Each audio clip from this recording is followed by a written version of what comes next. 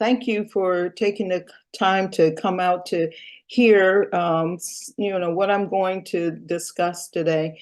It is a topic that probably your doctors haven't talked to you about. In fact, they don't talk about it very much about preventing diabetes.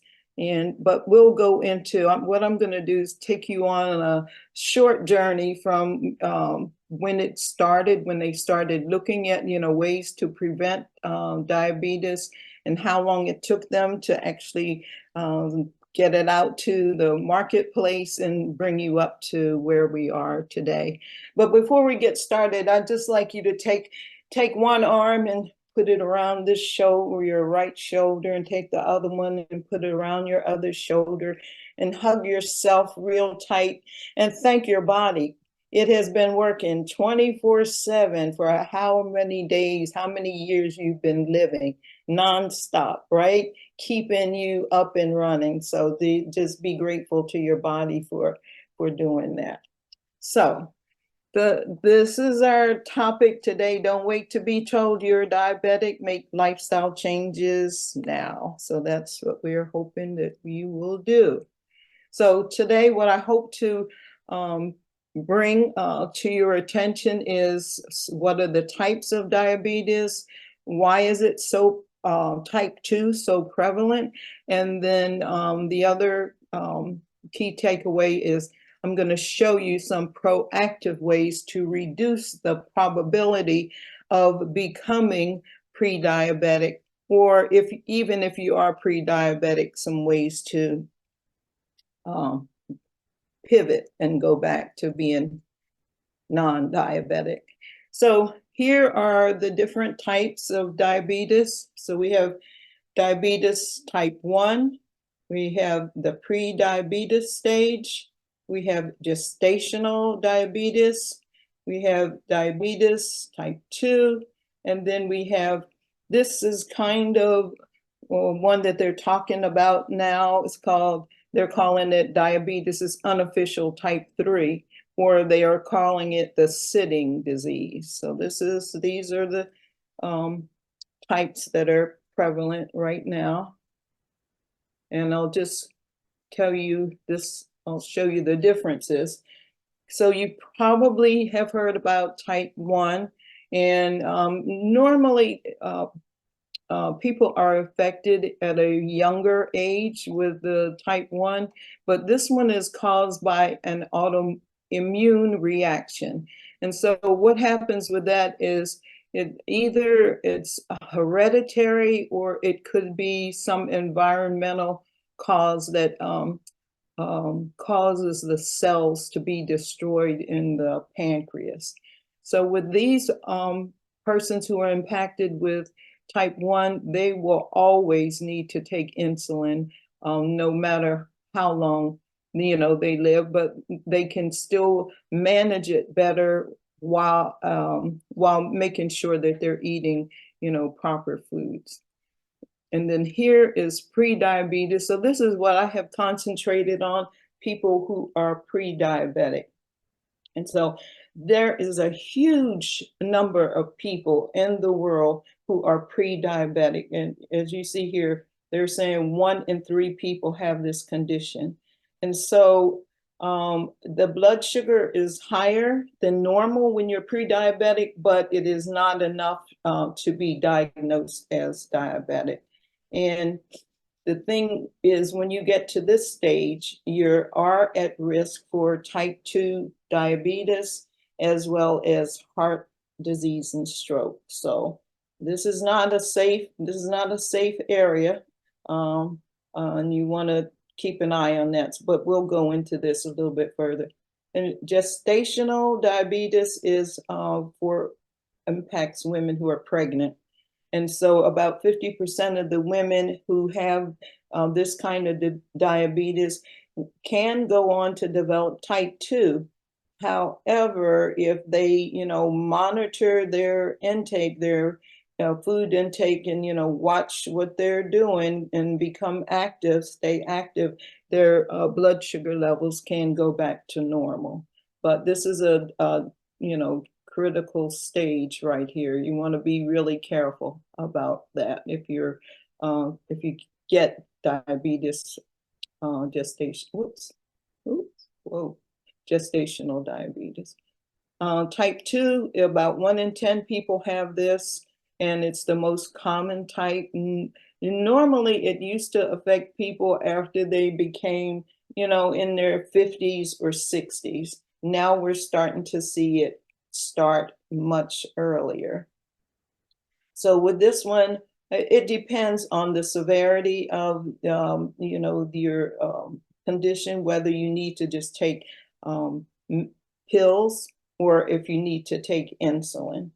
But this is a really dangerous disease. It's a quiet disease. You can't feel it. It doesn't hurt, but it does do serious damage. It can injure your heart. It can cause vision loss, kidney disease. You can lose toes, feet, legs, all kinds of things like that.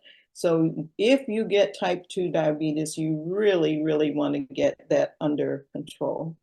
And then this diabetes 3, which was the sitting disease, this one is still being researched. And what they're finding is people will have dementia-like symptoms, like being confused, forgetful, feeling really tired, and bones are aching. But what they're finding is that as people are getting older and, we're retiring, they're sitting at home more, you're on the computer more, you're not moving as much as you were, when you were working. So that is something that they're looking at. So let's go to the next slide. So those are kind of the differences. So what I would say to you, or if you have somebody in your family, know your numbers. Get your lab work and ask the doctor to explain to you what these numbers mean. So for normal, if you're getting your A1C number done, so that A1C has like a 3-month look at what your blood sugar levels are. So if you look at your lab work and your number is less than 5.7, you are in the normal range. If you are in this range, 5.7 to 6.4, that is pre-diabetes. And then, of course, if it's over 6.4, you are in the diabetic range. So that's one test that you can make sure that your doctor does. You ask them for the A1C test. Sometimes they do the fasting plasma test, and this one measures your blood sugar level after you haven't had anything to eat or drink for 8 hours. And so if you come up with this level, 100 to 125, that is considered pre-diabetes. If you go over, if you're at 126, you're in the diabetic range. And then this is another test that they can do. It's a 2-hour test that checks your blood after you drink, some drink that they give you. And then the level here, 140 to 199, that is for pre-diabetes. And if you go over 199, if you're at 200, then you are in the diabetic range.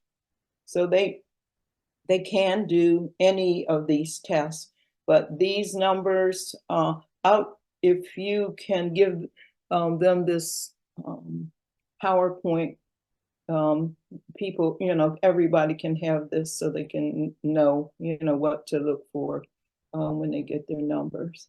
And if you want to double check and go further into, knowing your numbers, this is a good website. The CDC website is a great website to go and get further explanation on that. But even if it's not for your diabetes numbers or pre-diabetic numbers, all of your lab work, make sure you have your doctor sit down and explain to you, what does this mean?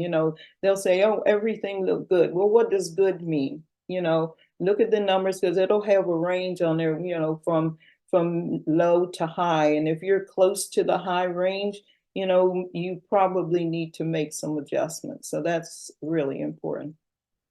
So the CDC, some CDC facts about now, there are about 98 million Americans who are pre-diabetic. But the sad part about it is most of the people don't even know they have it. And they don't know they have it because nobody told them, or they haven't had, they haven't had any blood work, or they haven't been to the doctor, so they don't have any idea. The other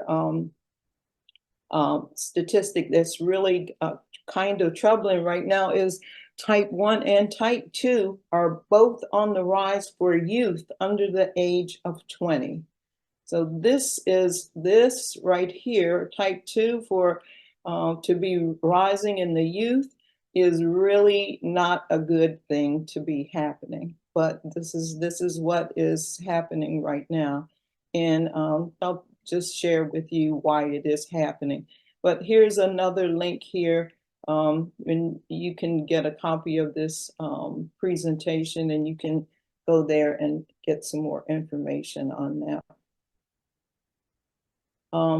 So just to give you an idea, the CDC started actually back in 1998 looking at, how can we curtail, how can we stop this movement, this diabetes movement. The numbers are growing, and we're having to put out so much money, to keep people out of the hospital or keep them treated. So they started a program in 2002 and a study. So they did a study. They had 3 groups. They had one that took metformin. One of them, they just did the lifestyle program that I'm going to show you some. And then the other group, of course, didn't take anything. But only after a few years, they saw that type 2 diabetes could be cut by almost 71% for people who followed the program that I'm going to show you.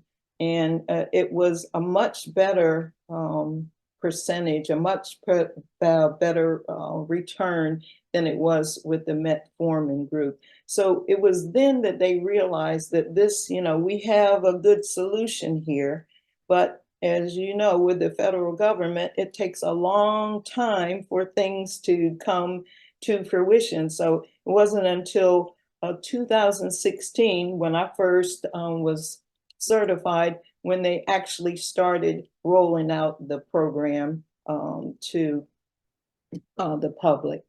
But so what I just wanted to share this with you. So what are some of the causes? Why are we having all of these numbers that you're seeing, 98 million, 89, whatever million people coming down with pre-diabetes? We have multiple reasons.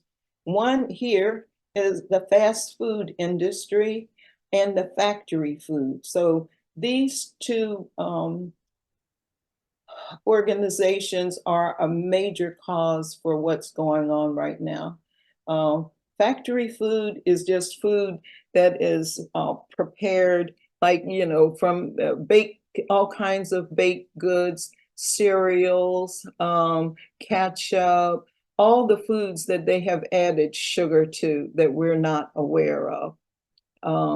The fast food industry, with their big sodas, their big drinks, their triple burgers with bacon and cheese and all of this, all kinds of foods that are just way too many calories for what we do. We're not working in the fields anymore. We're not construction workers. We're not, super athletes that we're burning off all of this food. So this is a major culprit in helping us to increase the numbers of people who are pre-diabetic. So we need to be really careful about, the foods that we're eating. The portion sizes have increased over the years, and I'll show you some more about that. The sizes of food, the sizes of drinks have increased. Um, some doctors wait until you reach the diabetic level.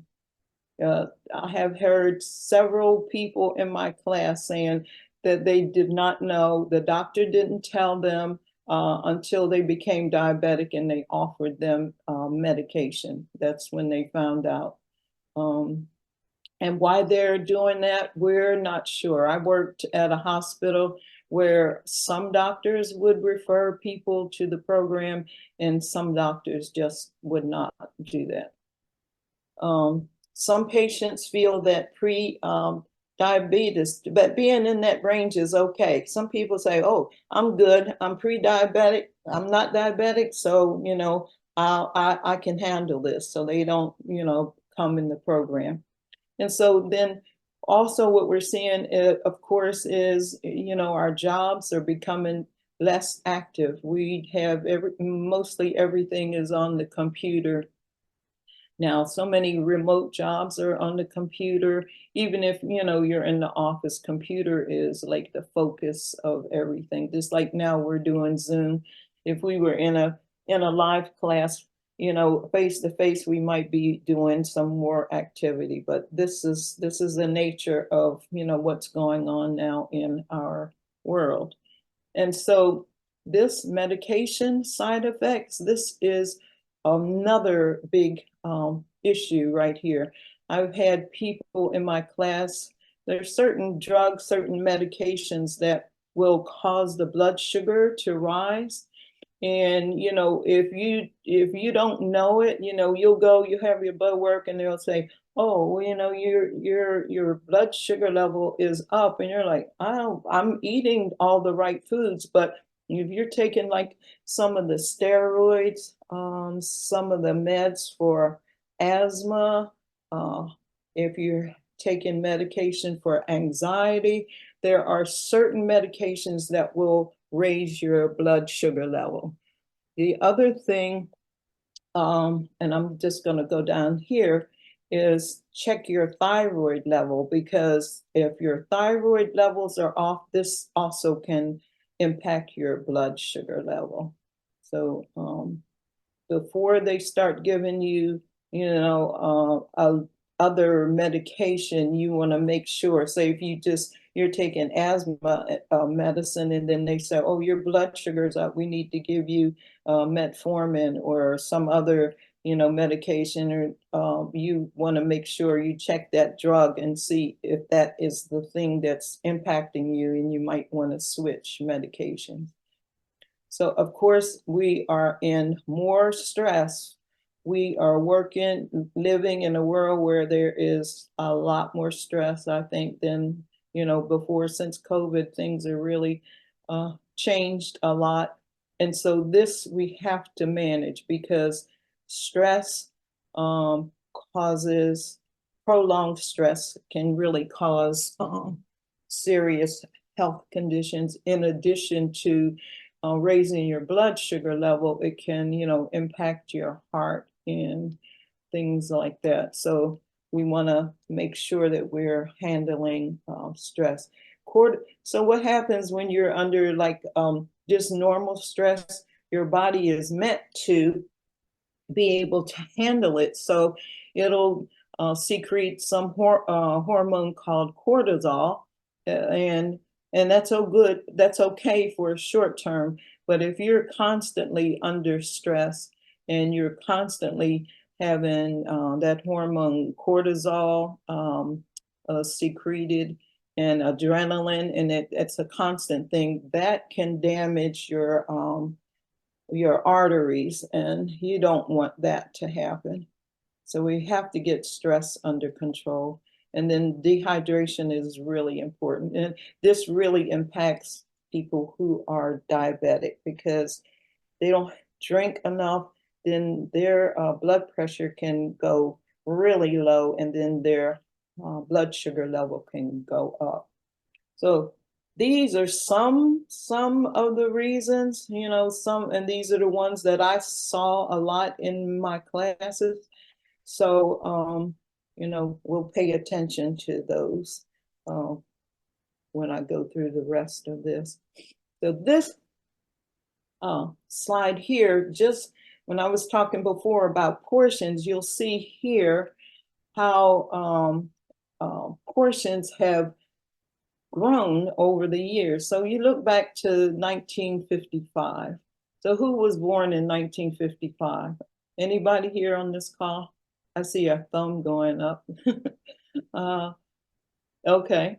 So 1955, you see a hamburger was 3.9 ounces. You see that little, it was like a little, whatever, you could barely see the hamburger then. And look, the average man weighed 166 pounds. That's what it was in 1955. Now you look at 2006, the hamburger portion size is 12 ounces. So it's 3 times the size of what it was in 1955. And now you see the average man is 194 pounds. So this is a slide. This is some information that's on the CDC website. So you can go there and get even more information. So they're looking at what's going to happen in 2050 if we continue to increase these portions. So who knows what the hamburger size will be if they continue to increase, and who knows what that person will weigh. We know right now there is a lot of obesity in our communities right now. And it's, mainly because of, these kinds of foods.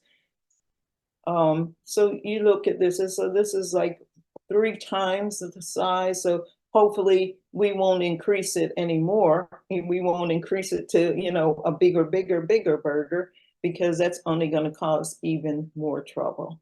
So you see, this is one of the reasons. So not just portions in, fast food. If you go into restaurants, they give you much larger portions than you need. Like Chipotle gives you quite a bit of food, that's a fairly healthy store. But so you have to, what you need to do when you're looking at portions is, how am I going to burn off this food? When we recommend portion sizes right now for protein, in our program, we recommend 4 ounces of meat. So back in 1955, they were actually eating what is what's the best recommendation. Right now, we're way overboard.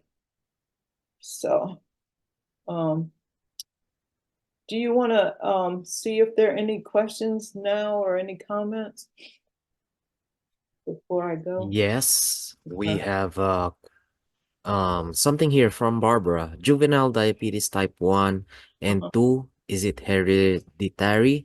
Elaborate on thyroid levels to watch, please.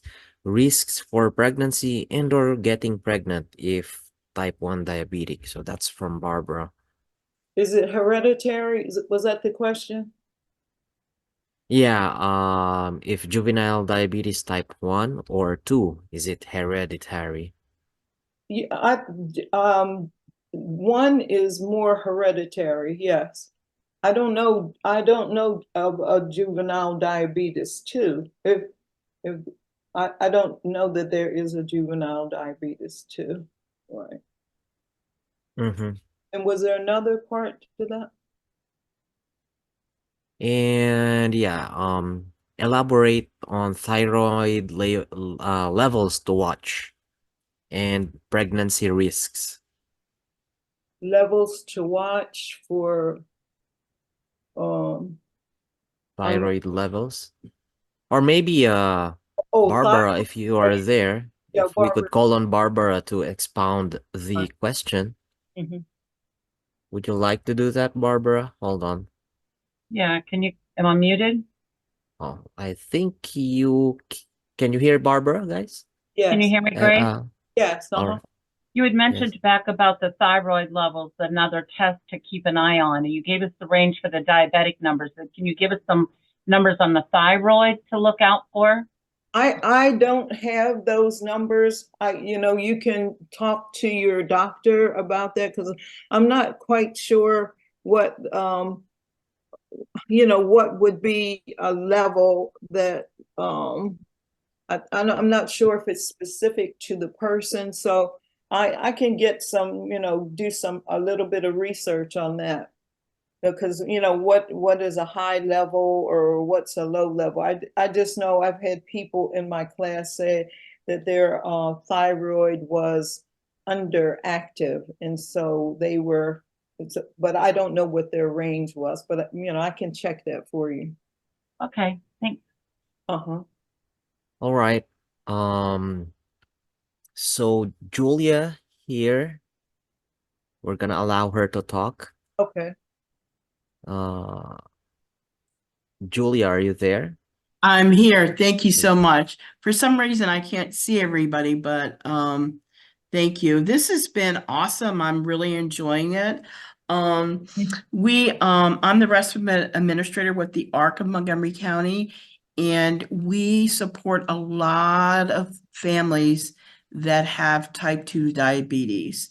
And so many times we hear that they have lost limbs, they Right. have gone blind. From personal experience, my grandmother had type 2 diabetes, and her two daughters also had it, and they both lost limbs. Mhm. Um, and it's just this chart about the increase in food size is just amazing to me. I just can't believe it. It's almost like the food industry is making people sicker than it needs to be. They are. They It's so sad. They are. And this is why, we need to educate people as much as possible, because here in the United States we have an abundance of everything. And, That's correct. we can't eat everything. And Hey, people go ahead. I'm Yeah. sorry, Grace. I Mhm. had a question. Mhm. Is the United States the leading country that has diabetes? Do you see it arise in, do you see it in any other country as prevalent in the United States? Yeah, there are other countries, but what I can tell you is that we are the largest consumer of sugar in the The United States. devil. Sugar Right, is the devil. right, right. Yeah, we are the largest. And there are about 10 other countries that are kind of up there with us. But we're leading the way just because we just have an abundance of everything. And so we have, CDC, we have FDA, we have all of these agencies, but what are they doing? I don't know. You So, know, Grace, is it also true because we use artificial sugar, for example, like corn syrup? right. Okay. We have there are 66 different names for sugars that we use here in the United States. So, if it says sugar-free, they'll say it's sugar-free, but it'll be agave syrup, but it'll be something else. Mhm. You have to really, read labels, which is, another thing that I would, tell people to do. Um, and just quickly for what you were saying about people losing their limbs. So people have been led to believe if I take my medication, I can eat what I want, or if I take insulin, I don't need to know, or they haven't been told, they haven't been instructed. You need to follow a diet. You need to, eliminate certain things, and I'll show you what they are. But, that's what people have been led to believe, is if they take the medication, they'll be fine. And that's not true, as you can see. So, do All we right. want to move on? Is that okay, Jules? I guess Yes. some of this, some of this a part of the questions you might have might be here in the presentation. Anyway, Grace, go ahead, please. Thank you. All right. So here we're just talking about sugar sweetened drinks. So this is on the CDC website too. So sodas, these drinks are one of the major problems for people having their blood sugar levels go up. I had one person in my class who only stopped. Her issue was she was drinking Cokes every single day. Well, when she stopped drinking the Cokes, she immediately started to lose weight and her A1C numbers started to go down. She hadn't even begun to look at the foods that she was eating. It was the drinks. The drinks cause major issues with blood sugar levels. So if you look at this, so a 12-ounce can of a regular soda contains about 10 teaspoons of added sugars. So that is a lot of sugar. So for women, if you're trying to, watch your weight and watch your blood sugar level, you should have about 25 grams of sugar a day. This is equal to about, I think, 6 grams of sugar. No, I'm sorry. This in this soda right here is probably close to 41 grams, between 30 and 40 grams of sugar in in one soda. So think if you had 2 or 3 or you had 20 ounces, you've already gone over the amount of sugar that would be good for you to have. So I keep talking about people in my class because they give me so many examples. I had a person who was a golfer and was in excellent shape, but every day after they finished playing golf, he would go to get a big gulp, which is like what, 40 ounces or 30 ounces of soda. And so he did that, enough. So one day he just passed out in the street. And then, they took him to the hospital and his blood sugar level was off the chart, and took him a month or so to get his numbers back down, to the normal range. So the big gulps are dangerous. So here are just some more drinks that you might see in the store. So you probably have seen this. It looks like it's healthy.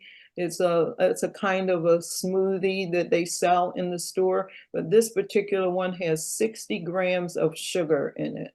It'll be carrot juice, or it'll be carrot and apple. That's a terrible combination. That's like straight sugar right there. Here's lemon lime soda. Here are these sports drinks. These are, for 20-ounce bottles, 35 grams of sugar. I'm not going to go through all of these. You can look at them and see how much sugar is in some of these drinks. You go in the store today, you see lots and lots of drinks, so many. Don't buy them. You turn them around and look at them and see how much sugar. It can say all kinds of healthy things on the front. Like this one would say, let me see if I can move this. Energy drink over here, 54 grams of sugar. That is, you'll have energy, all right. You'll be jumping off the trees. Oh. So then, then it shows coffee, vegetable juice.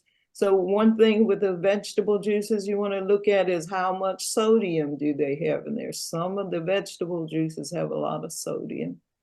And the milks, the plant milks, the soy milk, the almond milk, and all of that, you want to also check some of them because they add sugar to some of those. So you would want to get the ones that say unsweetened.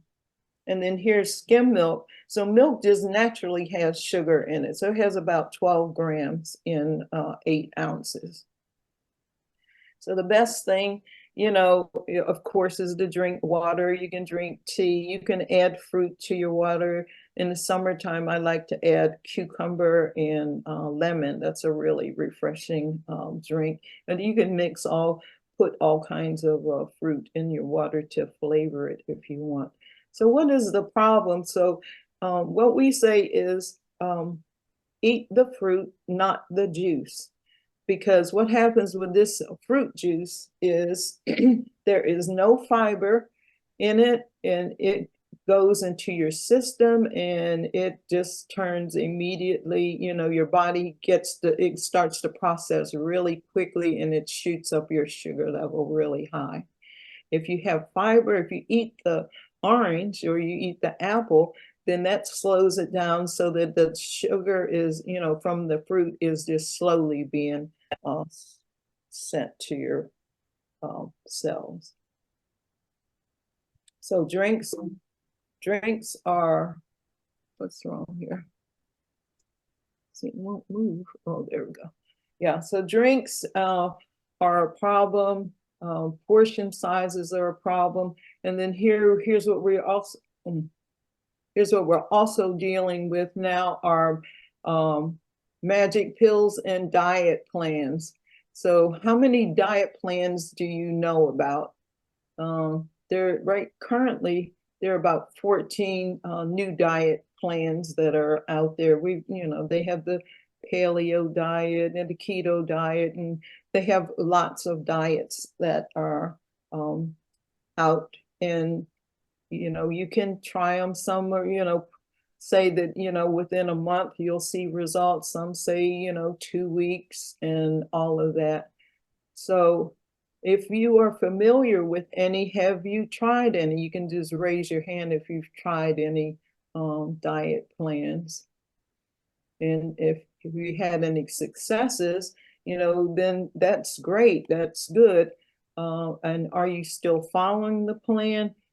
But what tends to happen with some of these plans like the keto diet or the paleo diet or the Atkins diet is you can't stay on them for long term. So what this lifestyle plan that CDC it has been using is one that teaches you, what are all of these foods? What are they good for? We talk about, what vitamins are in each one of these foods and which ones are high glycemic, which ones have a high sugar level, and which ones have a low sugar level, and how do you combine these foods so that you're not overdoing it. And this is what doesn't happen with these diet plans. People will get these medications and they'll say, oh, I don't even have to think about what I need to eat. I just take this, and I look good and whatever. And then what they don't realize is that you can't take those medications forever. And what I'm hearing and from my research that I'm reading and listening to people is once people come off those ones like Wegovy, the ones that they're talking about now, Rybelsus and all of that, is once you come off, they start to gain the weight back because they haven't learned how to eat. They still don't know how to eat and drink. And they don't understand that, you need to be active to burn off the food that you eat. So what I am suggesting to you right now is, if you want to try one of those diets and like get a kickstart, that's fine, but you need to know how to eat. And you need to know that these new medications that they're coming out with have side effects that they do not talk about. I have one person in my class that she was taking this particular one and had to be rushed to the hospital with her gallbladder was highly inflamed. And so they had to take her off that medication because a couple of these, what they do is they shut down your hormones that, that make you want to eat. And so when you're shutting off hormones, that is impacting organs, important organs in your body, in the way they function. So you don't want that to happen. So what I'm suggesting is that you reconsider the kind of fuel that you give yourself. Just like, you're careful about what kind of gas you put in your car, you're careful about, even like how you water your plants. You don't give your plants dirty water or, water that's not good. You want to do the same thing for yourself. Okay, so good news. So there's good news. That it is not too late to change, to turn around and do something good for yourself, no matter where your numbers are. So no matter if you are diabetic or not, here are some things you can start to do. So this is one, start to eat healthy, fit activity into your routine. You definitely want to do that because when you're active, at any time you're moving your muscles, you can just sit at your desk and just do anything. If you move your muscles, that is using glycogen that helps to burn off any sugar that's circulating in your body. You want to cope with stress.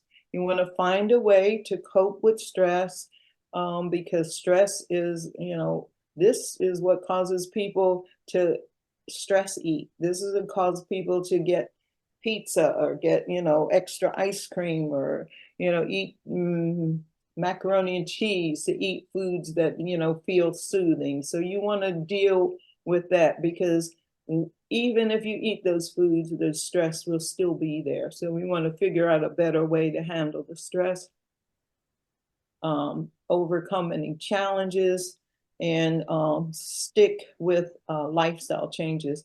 So if you decide that you want to make some changes, in your life right now, stick with them, and till you see what until you reach your goal. So that the idea is to be proactive versus reactive. We don't want to wait until we get something and then have to figure out how to handle it. If you do, some of these things that I'm suggesting to you now, you don't have to worry about it later. And these are some quick tips here of foods to eliminate. So sweet foods, all of this, you want to eliminate as much as possible or cut way back. So cookies, cakes, ice cream, milkshakes, all of these. These are the ones that are cause your inflammation, all of these things here. Processed foods like chips, pretzels, snacks, crackers, French fries, processed foods, bread, pizza, tacos, canned soups, sauces, processed meats, bacon, sausage, ham, salty foods, and then fatty foods. Right here, butter, salad, creamy salad dressings, anything deep fried. And here's, cheese, same thing over again. And foods that have hidden fats. So we're anything that has been fried in a restaurant, you want to leave those alone. So no white flour products. So no, that's all of the baked goods, and white rice, you want to cut back on that as much as possible. So you'll have this sheet and you can look at what you're doing at home and see how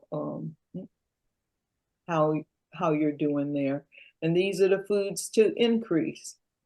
So you want to add larger portions of fresh and frozen veggies, especially fiber, to each meal. So every meal you should try to have some fiber. The fiber is going to help take out all the toxins and the waste that are in your body. So fiber doesn't digest totally, but it scrapes the walls of your intestines and it drags out all the food that has been left over after it's been processed and sent to your body. So these are just some quick tips. Eat the fruit, not the juice. Have nuts as a snack. Unsalted nuts are really good. Walnuts, Brazil nuts, almonds, all kinds of nuts are really good for snacks.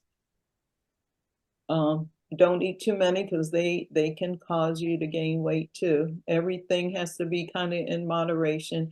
So you want to eat lean,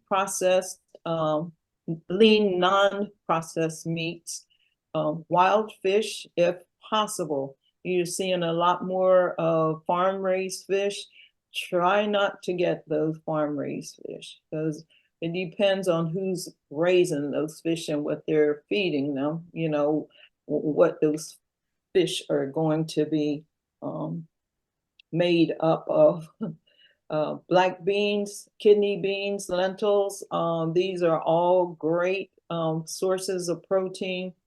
Use smaller plates and drink more water. And these are just some quick things that you can start doing right away and have a positive impact on your health. Oops, I'm going the wrong way. And then, of course, increase your activity. So this is key to lowering blood sugar. So it doesn't have to be going to the gym, working out every day. It can be all of these things over here, any of these: walking, running, cycling, dancing, low impact aerobics, water aerobics, weight or resistance training, yoga, tai chi, walking your dog, yard work, housework, washing your car. Any of these things can be good activity for helping to use up some of that blood glucose. So the one thing about it is if you are being active, you want to do it like at least every other day, but don't let more than 2 days go in between the times that you work out. Because like if you work out today, if you do a good workout today, your body will still be revved up and it'll still burn sugar tomorrow. But if you go another day, then that metabolism starts to slow down. So you want to do that every other day at least. And then 30 minutes of moderate intensity is great. And if you haven't started, you can start at 10 minutes if you want to do 10 minutes and build up. But 30 minutes is what is recommended on just about every program that I've seen. So what's going to happen when you're active is you're going to have stronger muscles. Your balance will be better. You'll see some weight loss. And you'll just see your body shape starts to change. Your lower lower blood pressure, your digestion can be better, and then of course, you'll have better sleep. And so, this is just some suggestions, like if you are stressed, some questions to ask yourself. This is what we learned in our classes is, we tend to have problems. Sometimes they're reoccurring problems, and sometimes it could be a one-time issue. So we need to just stop whenever you have a problem. Don't run to the end. Don't run to what you think is going to happen. Let's stop and think about it and ask yourself a few questions. Is this a one-time issue that can be solved quickly? Have I been through something like this before? Is this something I need to say no to? So, take your time, ask yourself the questions, and then, if you need to consult with somebody else, call somebody else. Don't panic and don't, run to, get to the refrigerator to get some food to help you solve the problem. Just work through it and see what happens. So this I have here is meditation 4x4x4. This is just some breath work.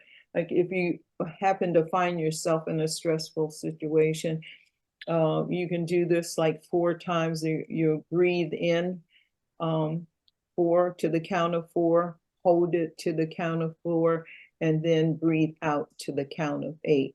So your breathing out is much longer than that. If you do that, if you're in a stressful situation, try it and see. It normally helps you to, think better or be a little bit calmer.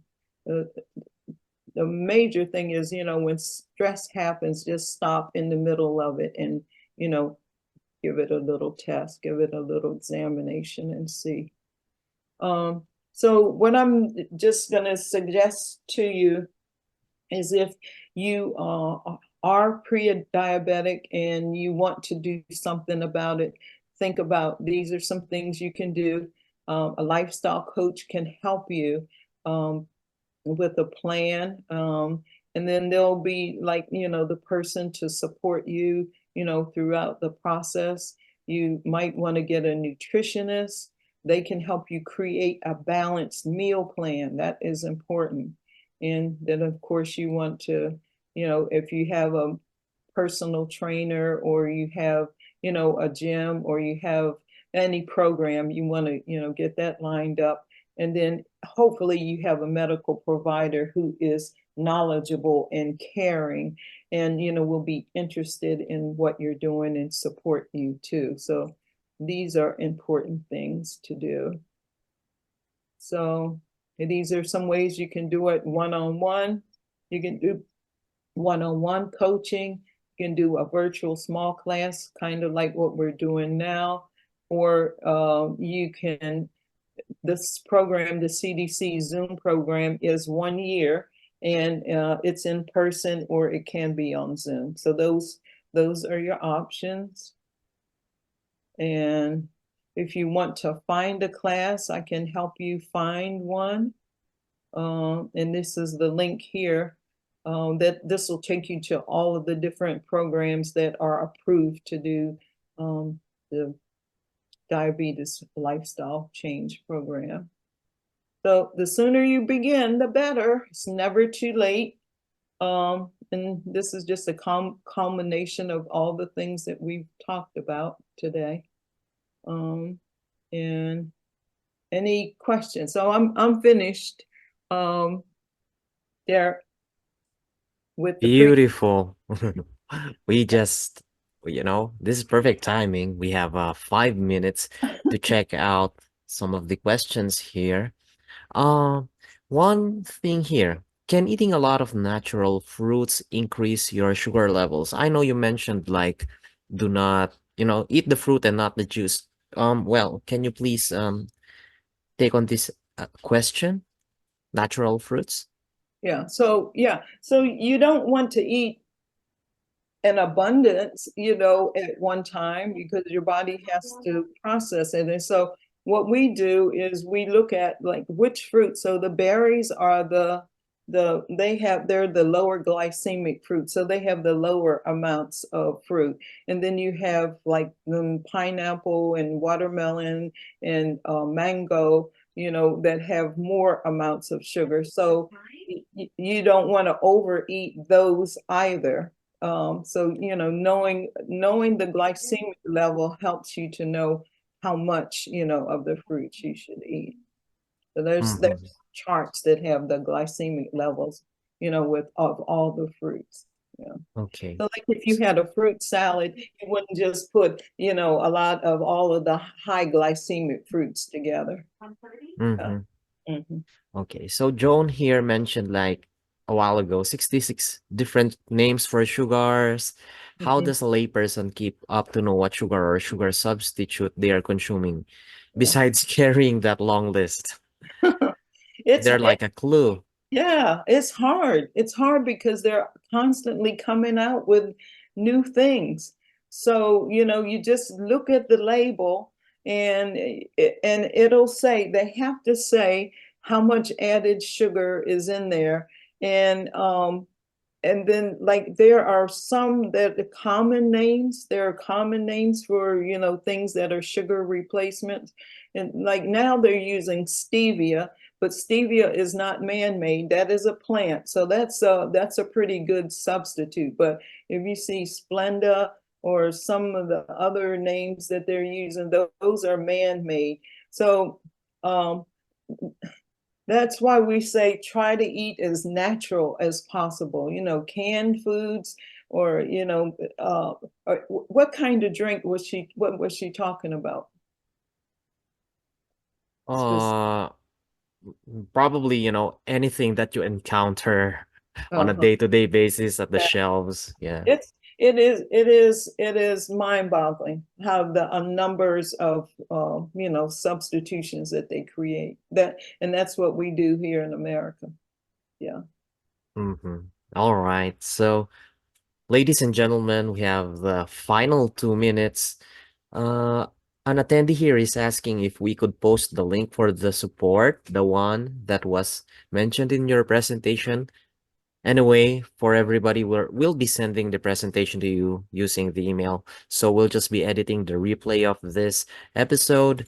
And yes, thank you very much, Grace, for this very, very wonderful coffee chat. It's a Okay. pleasure to have you with us here at Visiting Angels.